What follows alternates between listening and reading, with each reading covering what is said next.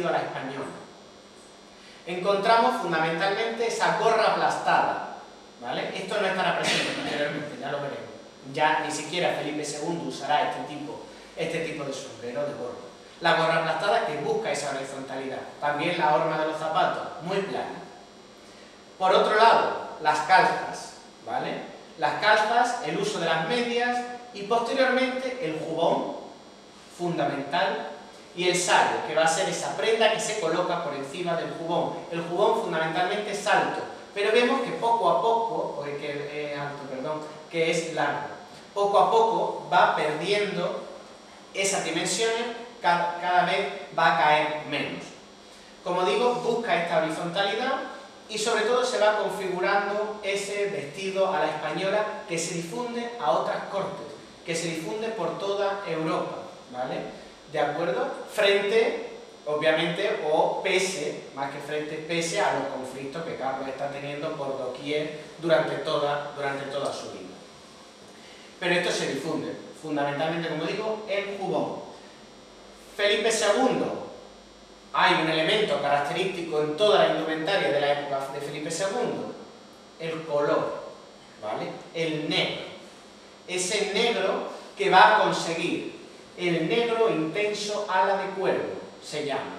Hasta entonces solo se había conseguido lo que se conoce como el negro pardo ala de mosca, ¿vale? A partir de aquí, el negro intenso ala de cuervo, que sí conseguirán los tintoreros, las tintorerías, al mando de Felipe II. Un color que representa el poder del rey, el poder de la monarquía hispánica en todo su conjunto y en un momento de hegemonía política global. ¿De acuerdo? A partir de ahora, el negro, que a priori, y sobre todo por esa cultura cinematográfica, parece que solo usaba la corte de la monarquía de los Austrias, la monarquía hispánica, el negro se convierte en el color de gala de todas las cortes europeas. En los eventos importantes se intentará hacer uso del negro, porque es símbolo de poder, porque es un color, este negro intenso es un color muy complejo, muy complicado de conseguir, ¿de acuerdo? Otros elementos totalmente diferentes a los que veíamos anteriormente va a ser el uso de este sombrero de castor, que sí se va a convertir en una de las prendas típicas del vestido de la española, y otro elemento fundamental que va a ser la lechuguilla, ¿vale? La lechuguilla, que es este cuello blanco que aparece. Esta lechuguilla que no es exclusivamente hispánica, no es exclusivamente de la monarquía hispánica, ¿vale? Está la lechuguilla, el ruff inglés, la fraisée francesa o la latuga italiana. Son lo mismo. Estos cuellos que cada vez más irán tomando mayores dimensiones, hasta tal punto que las propias monarquías, y en concreto la monarquía de los Austrias, la monarquía hispánica, tiene que dictaminar que más de una dimensión concreta no puede tener, porque asume unas dimensiones, como digo, muy amplias. Fijaos entre este retrato que está ahí intermedio de Felipe III y el de Felipe II. Se va ampliando, o el de Isabel I, que es muy paradigmático. El vestido a la española, sobre todo, se compondrá, como digo, por toda una serie de elementos, como van a ser la lechuguilla, como va a ser el sombrero de castor, y todo un elemento que ahora, posteriormente, veremos uno por uno. En el caso de la vestimenta femenina, observamos un importante paso entre la corte de los Reyes Católicos y las cortes posteriores, fundamentalmente ya de finales del siglo XVII. Aunque es cierto que todo el uso de una serie de camisas internas de tradición morisca que utilizaba Isabel la Católica tiene una gran permanencia, pero esto en la corte o en la alta sociedad no va a tener una difusión posterior, o en la corte eminentemente de los Austrias. Del escote, o de unos mayores escotes que nos pueden mostrar los retratos, como este retrato de Isabel la Católica, lo que vamos es hacia una vestimenta tipo armadura. El cuerpo se esconde al completo en un vestido que se ajusta al cuerpo, se ajusta a la cintura, y que es completamente rígido. Llega como este retrato de Isabel Clara Eugenia, de la infanta Isabel Clara Eugenia, llega a poder invalidar también toda una serie, o imposibilitar toda una serie de movimientos, junto también con estos tocados altos y que intentan, frente a esta horizontalidad germánica que hablamos anteriormente, intentan plantear una figura femenina muy esbelta y rígida, sobre todo la rigidez. Y esto es otra cuestión que va a ser muy famosa en las cortes europeas del momento, que va a ser la rigidez y la actitud majestática de la familia real hispánica, de los Austria españoles. Ese estatismo, esa majestad representada en un inmovilismo total, en una rigidez total, se va a hacer famosa en otras cortes, como la corte francesa o como la corte inglesa. Cambios, porque todo esto se mantendrá a principios del siglo XVII. Y hay que establecer también, y hay que hacer una afirmación necesaria. La hegemonía hispánica, fundamentalmente, reconocemos que la hegemonía hispánica se da en el reinado de Felipe III. Nunca antes, como con Felipe III, ni nunca después, como con Felipe III, la monarquía hispánica había tomado un papel de árbitro de la política internacional. Jamás. Ni Felipe II, aunque toda una tradición y toda una cultura histórica nos pueda llevar a considerar que con Carlos o con Felipe la monarquía tiene su momento de mayor esplendor. Va a ser precisamente con ese que antiguamente se denominaba una Austria menor, con Felipe III. Por tanto, aquí todavía el vestido muestra toda una serie de signos de permanencia y todavía aquí hay una gran influencia del vestido a la española en distintas cortes europeas. ¿Qué ocurre? Que durante el reinado de Felipe III las cosas es cierto que empiezan a cambiar, sobre todo en el contexto de dos conflictos. El conflicto con las Provincias Unidas, que lo viene arrastrando la monarquía hispánica desde décadas antes con Felipe II, y toda la problemática que se origina con el duque de Alba y posteriores gobernadores, que se va a extender muchísimas décadas y que enlaza con la Guerra de los 30 años. Una guerra que es considerada la primera guerra global y que pone en jaque y pone en conflicto a todas las potencias europeas. Y aquí será cuando la hegemonía hispánica empiece a perder, o la monarquía hispánica empiece a perder su hegemonía.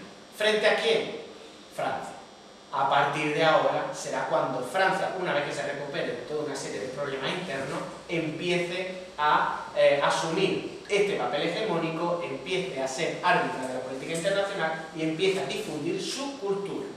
Hasta entonces esto estaba presente en la corte francesa. Pero con Felipe IV, que de nuevo encontramos este contexto híbrido de pérdida de la hegemonía, pero todavía una gran influencia, toda una serie de cambios en la vestimenta, pero la permanencia de toda una serie de elementos que estaban anteriormente, observamos una permanencia del color negro que finalmente se va a identificar con la Casa de Austria.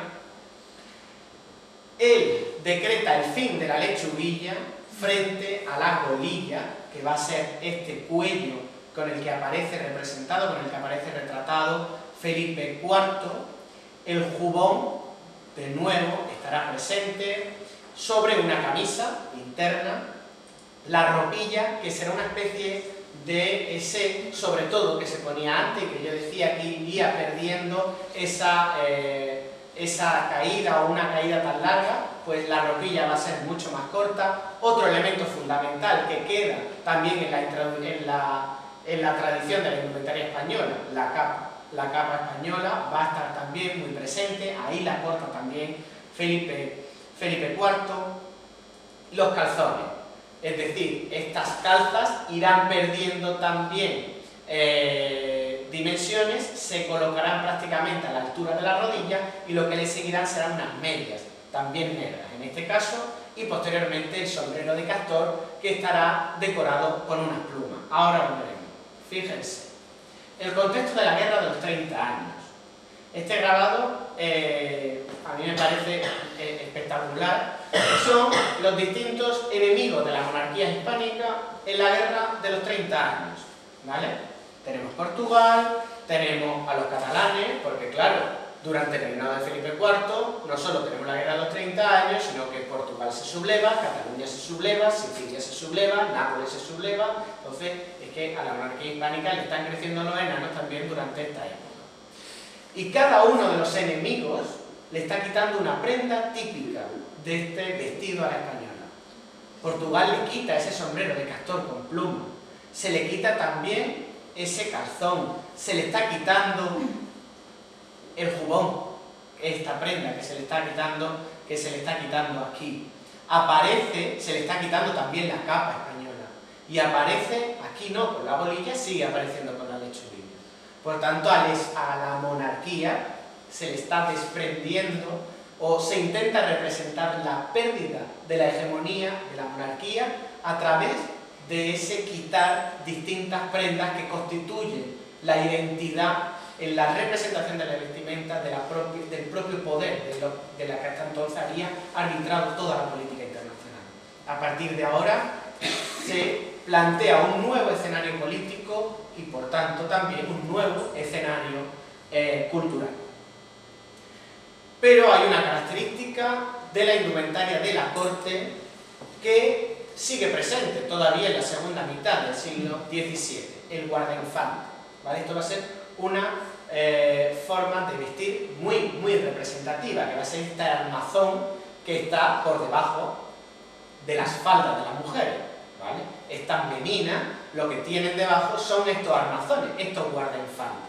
Y esto empezará a convivir igual que el vestido a la española, que va a tener una gran permanencia posterior hasta el siglo XVIII. Esto va a convivir con una serie de prendas, de colores, de bordados que empezarán a llegar, pero los cambios de nuevo no hablamos de suplantaciones. Esto se mantendrá en las décadas siguientes, incluso se compaginará cuando vemos o analizamos los guardarropas no solo de los reyes, sino también de otros sectores poblacionales, vemos que prendas como el jubón, como la capa, como el sombrero de castor, tienen permanencia, aunque se estén introduciendo otro tipo de prendas. El guardainfante, como digo, seguirá siendo una prenda muy importante, aún con la pérdida, y típicamente española, aún con la pérdida de su hegemonía política. Y aquí vemos las meninas, sería otro ejemplo, obviamente paradigmático, al cual me refiero, o esta Mariana de Austria. A partir de aquí, no solo en el siglo XVIII, a partir de la segunda mitad del siglo XVII, Europa empieza a vestir a la francesa. Europa empieza a deshacerse de estos vestidos a la española, empieza a deshacerse de este negro, empieza a deshacerse de estos sombreros, de estos jubones, de estas capas, y empieza a vestir con toda una serie de prendas que vienen de Francia. El propio Carlos II va a ser representado con el vestido a la francesa, con el habit français. Una serie que se compone de una serie de prendas que ahora veremos. Obviamente, si Carlos II, el último Austria, se vestía ya a la francesa, aunque lo compaginaba con estos vestidos de bolilla, negro, etc., el que va a ser su sucesor en el trono de la monarquía hispánica, Felipe V, que es Felipe d'Anjou, nieto de Luis XIV, obviamente va a traer de su casa, va a traer esta vestimenta. Una vestimenta, la del habit francés, que tiene un origen fundamentalmente militar. La casaca, el elemento por antonomasia del vestido francés, es una prenda militar. La casaca es ese sobre todo. Y que aparecerán incluso representados como aparece aquí en este retrato ecuestre de Felipe V, una casaca y sobre la casaca la armadura, todavía haciendo sobre todo alusión a un retrato del propio Luis XIV que aparece igualmente representado. Aparece con la casaca y sobre la casaca la propia armadura, una armadura que ya empieza a perder presencia también en campo de batalla. ¿Por qué? Porque la casaca nos permite mayor movilidad. ¿Y por qué necesitamos mayor movilidad y menos armadura? Porque frente al arma blanca, la pólvora y tenemos un arma de fuego.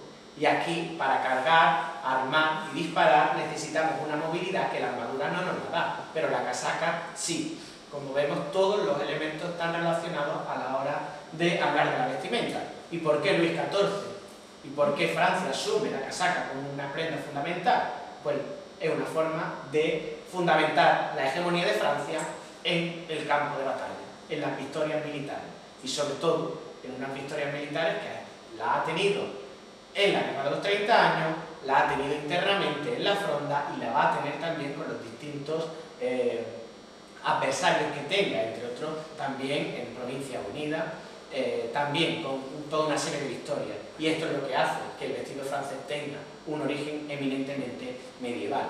A partir de ahí, a partir de la segunda mitad, sobre todo en el 18, el vestido francés será visible en todas las cortes, y no solo las cortes. El vestido francés será un vestido utilizado por muchísimas capas sociales, desde el artesanado hasta labradores, hasta obviamente la gente de la corte, la alta nobleza, la burguesía, etc. De nuevo, el elemento que nos diferencia no es tanto la prenda que se utiliza, sino su color, el bordado y la calidad de estos materiales que estamos utilizando.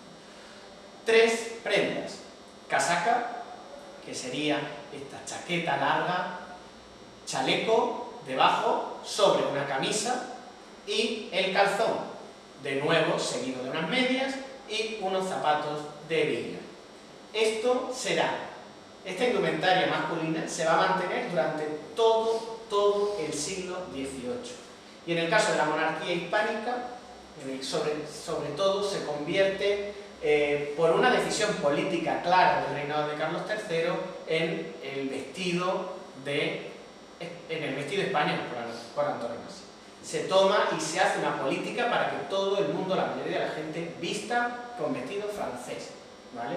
Hay una clara decisión, hay una decisión política clara, pero antes del reinado de Carlos III, que empieza en 1759, antes de este reinado, el vestido francés ya está completamente difundido por muchísimas capas sociales y está presente en los guardarropas, por ejemplo, de artesanos, desde principios del siglo XVIII, ¿vale? Y ya en la corte veíamos que en la segunda mitad del siglo XVII.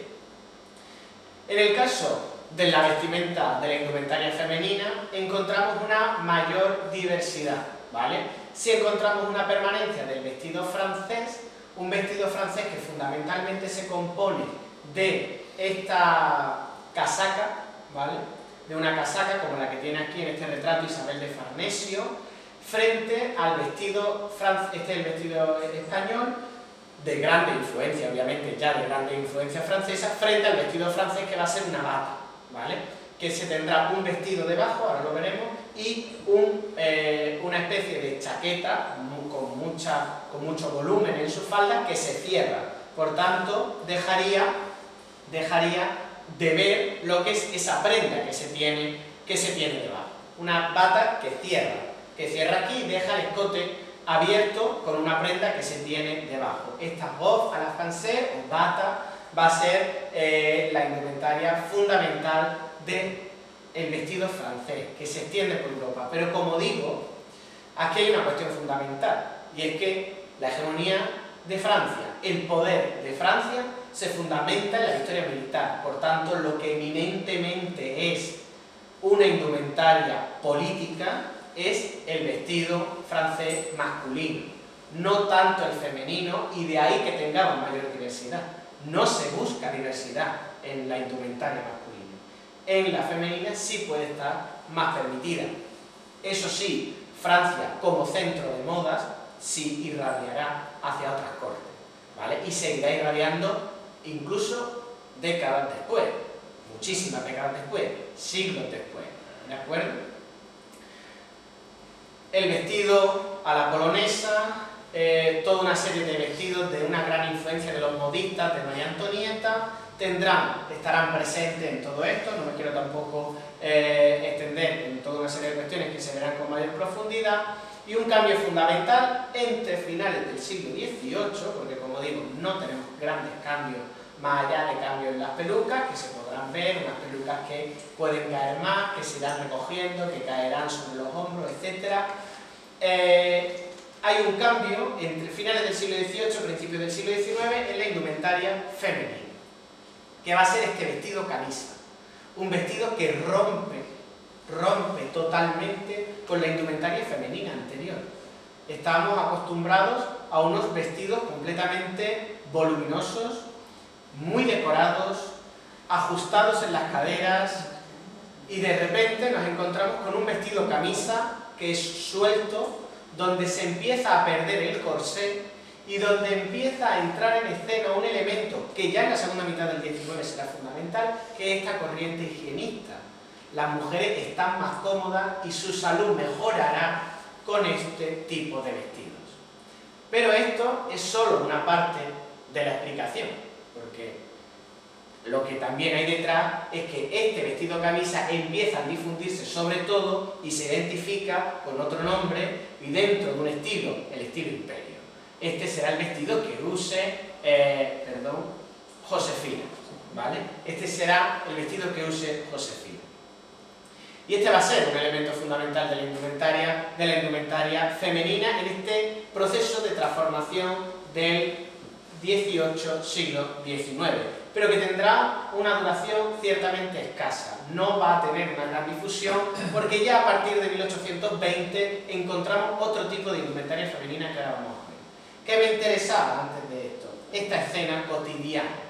Esta escena cotidiana precisamente para comentar o para ejemplificar cómo el vestido francés, tanto femenino como masculino, está presente en la vida diaria de las ciudades, no solo de la corte, sino también de otro tipo de ciudades, de ambientes incluso rurales, aunque muchas veces podamos introducir elementos autóctonos. Vemos ahí ese tricornio, vemos la mantilla, vemos toda una serie de prendas particulares, porque también en el caso específico de la monarquía hispánica de España, en el caso específico de España, final del XVIII, se desarrolla otra corriente, que es esta corriente del majismo, y cómo las distintas capas sociales más altas intentan recuperar una serie de prendas de capas sociales más bajas. Y esto es algo interesante, sobre lo que no me voy a detener, porque nos plantea que la cultura no va siempre de abajo arriba, sino también que va de arriba abajo, sino que también va de abajo arriba. Por tanto, tenemos esa relación bidireccional también de la cultura. Finales del XVIII, vestido francés, en el caso masculino.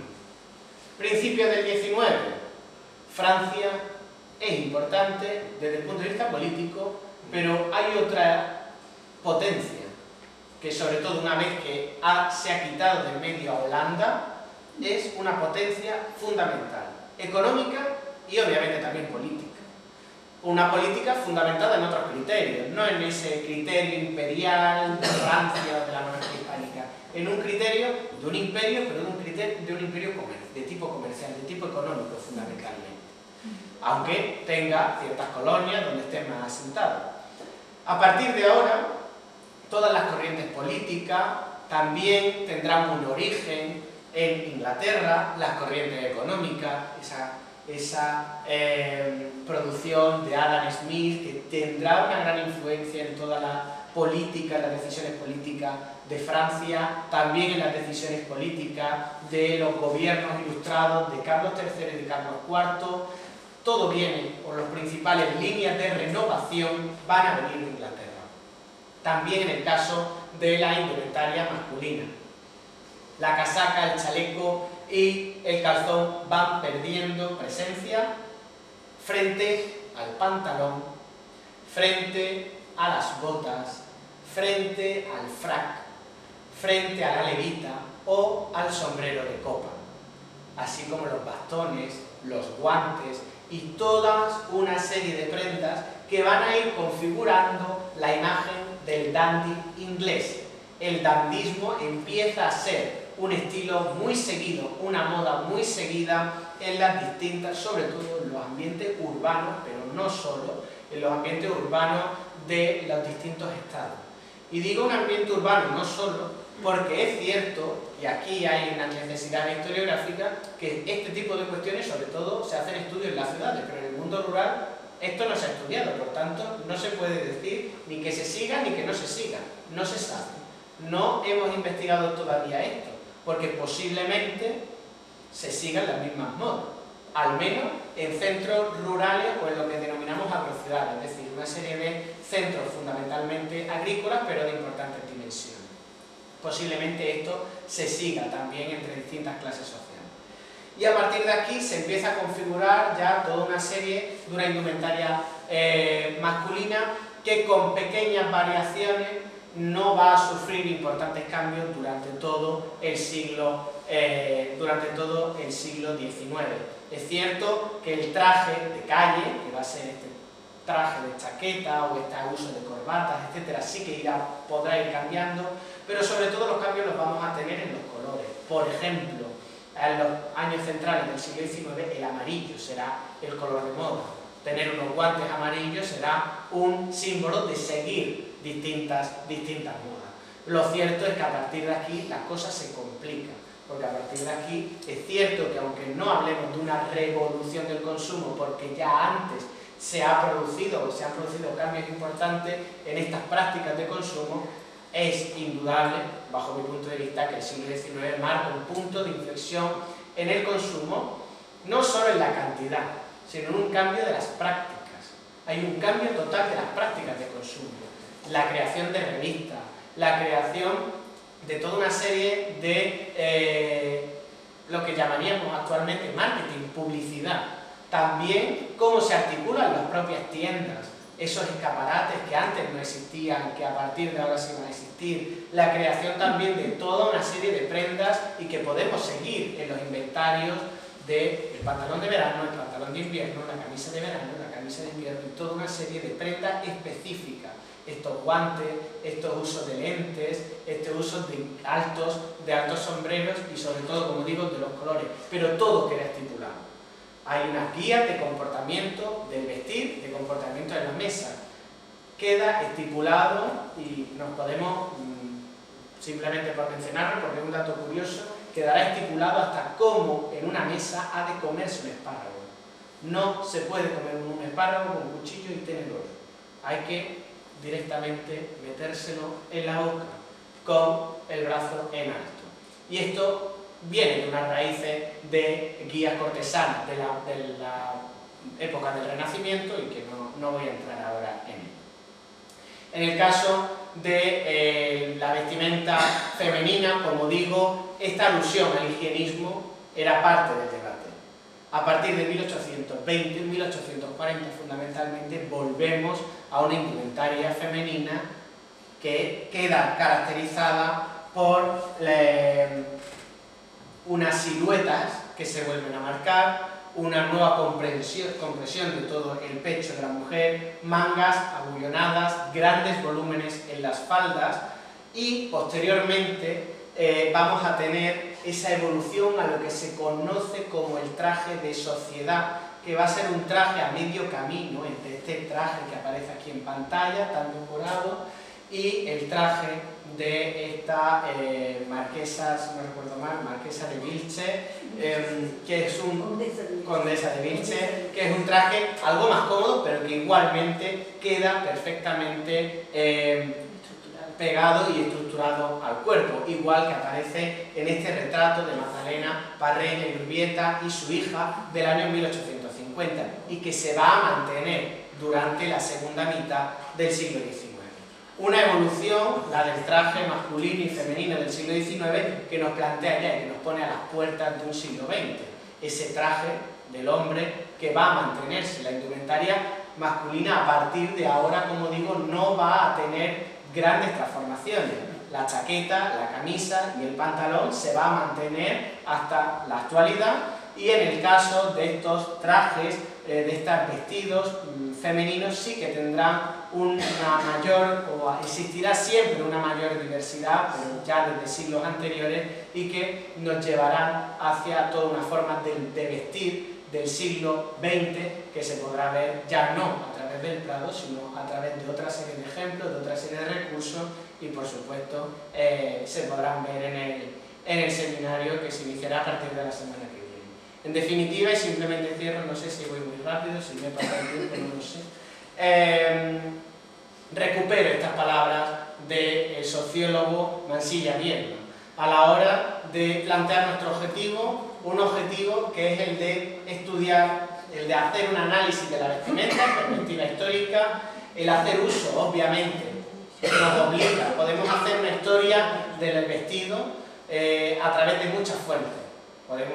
La documentación escrita, el manuscrito es fundamental, los inventarios, los testamentos, etc. Una gran diversidad de fuentes documentales. Pero está claro que la obra artística, no solo la retratística, porque podemos tener una amplia gama de obras de realidad social a través de las cuales estudiar otras facetas, que se estudiarán otras facetas de la indumentaria, de ese vestir, está claro que es una fuente fundamental. No obstante, hemos de trascender en este objetivo de hacer un estudio metapictórico, como yo planteaba al principio, de trascender el análisis descriptivo, fundamentalmente, y muy relacionado con algunos estudios de la historia del arte, para hacer para explicar, pues, como dice Mansilla Viedma, una superficie, para buscar esa perpendicular, para establecer esa perpendicular, trascender de la obra, pero también trascender el vestido. El vestido, al fin y al cabo, como decía al principio, el vestir es un acto eminentemente individual, pero profundamente colectivo.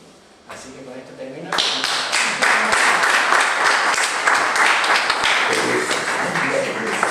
Por si hay preguntas. Magnífico, muchas gracias. Extiende el Zoom por si hay preguntas. Bueno, Creo que hay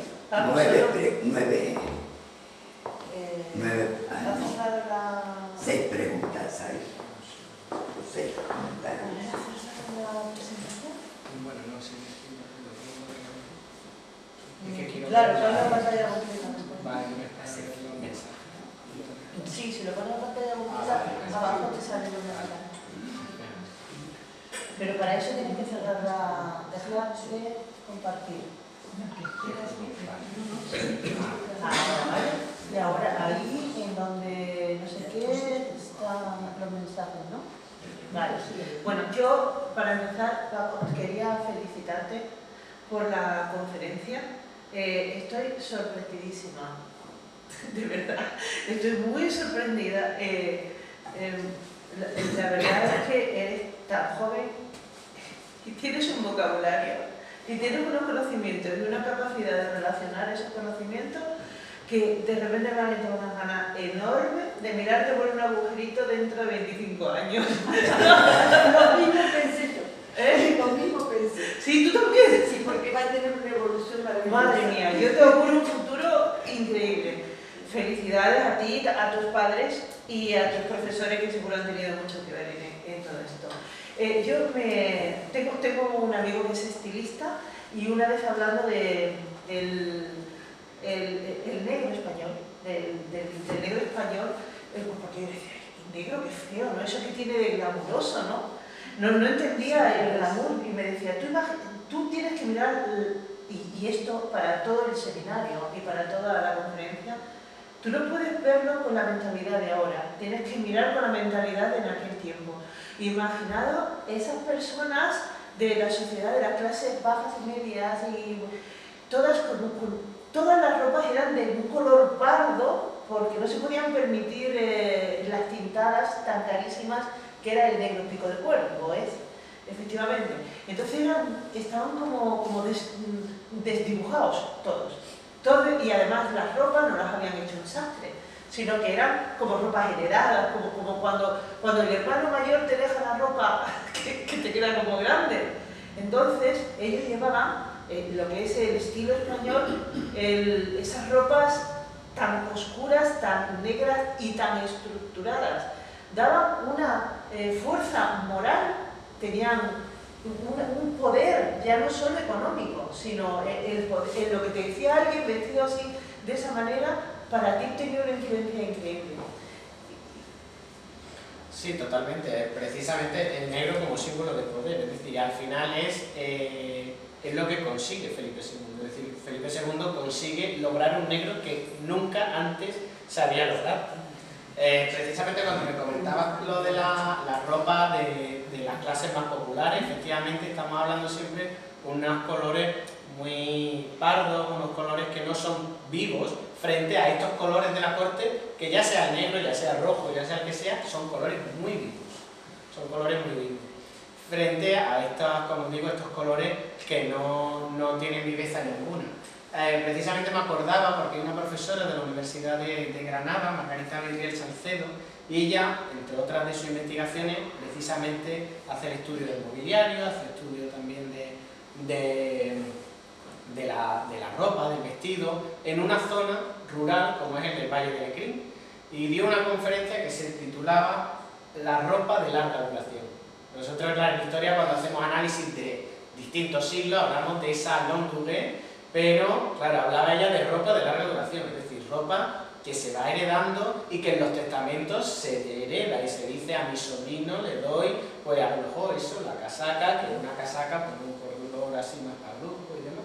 Entonces es ropa que se va arreglando y se va remendando y que se va pasando de un... Sí, y luego cuando no sirve para ponértela de una forma, pues sirve para ponértela de otra. A lo mejor si modificamos toda una prenda, pues a lo mejor sí que nos pueden servir o para media o para otras necesidades de la casa, es decir, toda una serie de cuestiones que creo que mirando hacia atrás tampoco nos llegan a ser del todo desconocidas, precisamente con esto que empezábamos, es decir, que ahora, a día de hoy, esa vuelta no tanto al consumir una prenda nueva como a poder arreglarla, obviamente nos lleva también a un pasado no, o incluso la incapacidad de poder consumir y tener que arreglar una prenda cuando si tuviésemos una capacidad económica determinada, bueno, pues la prenda ha tenido su vida útil, está ya que no sirve y me compro otra, ¿no? Y sin embargo, estas iniciativas, estos negocios incluso de arreglo o estos talleres de costura, se está viendo que van en aumento, especialmente en España, esto va en aumento.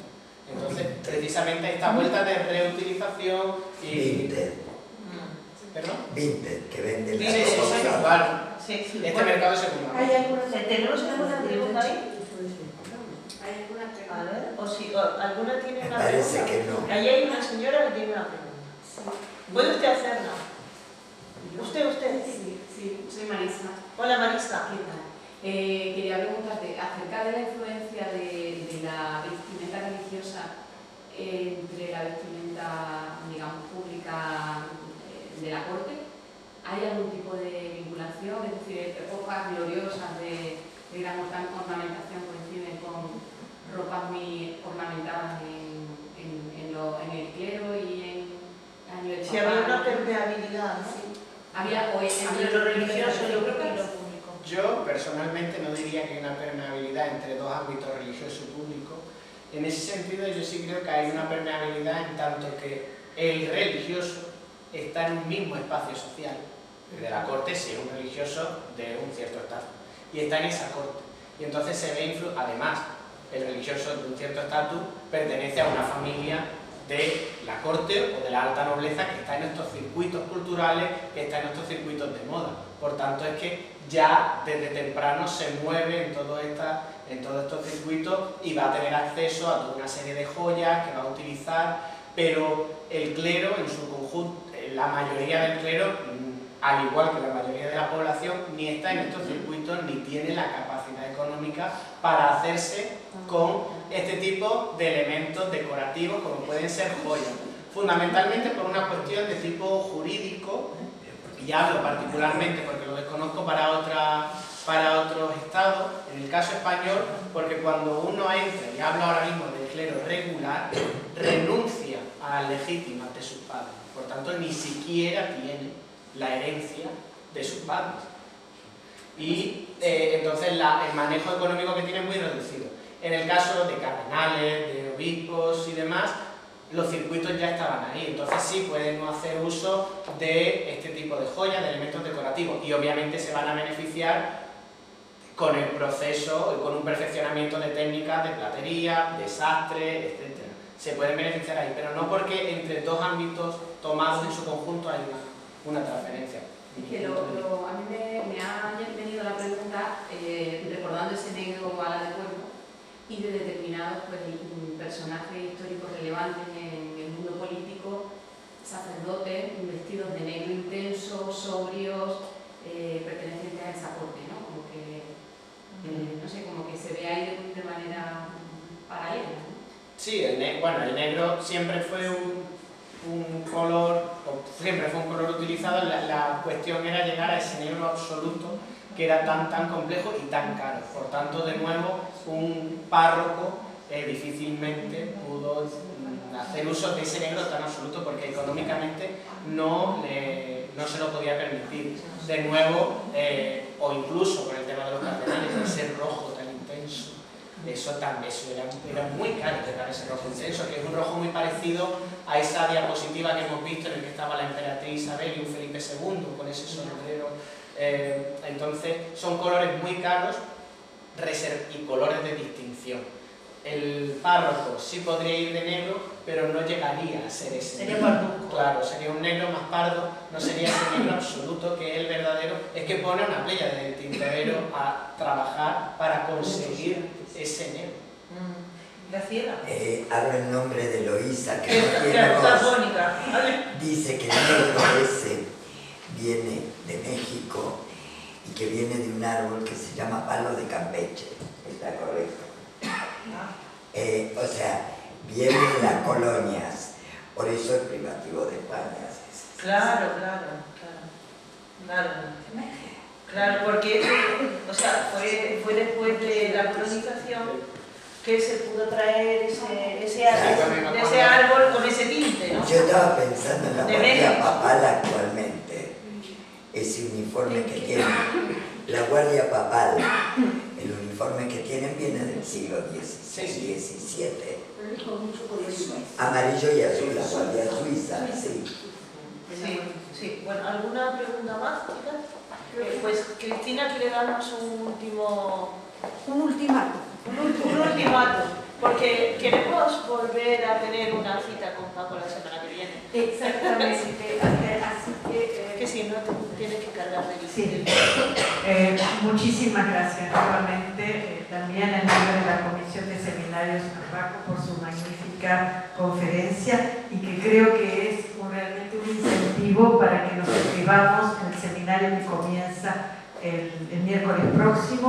Mañana en nuestra página web van a tener toda la información sobre el seminario, las cuestiones prácticas, fechas, pagos, etc., el lugar, etc.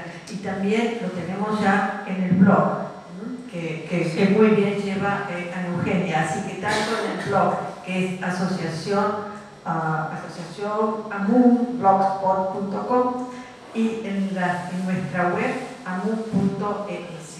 Las clases son 10 clases los días miércoles, empezando entonces el próximo miércoles en La Roche.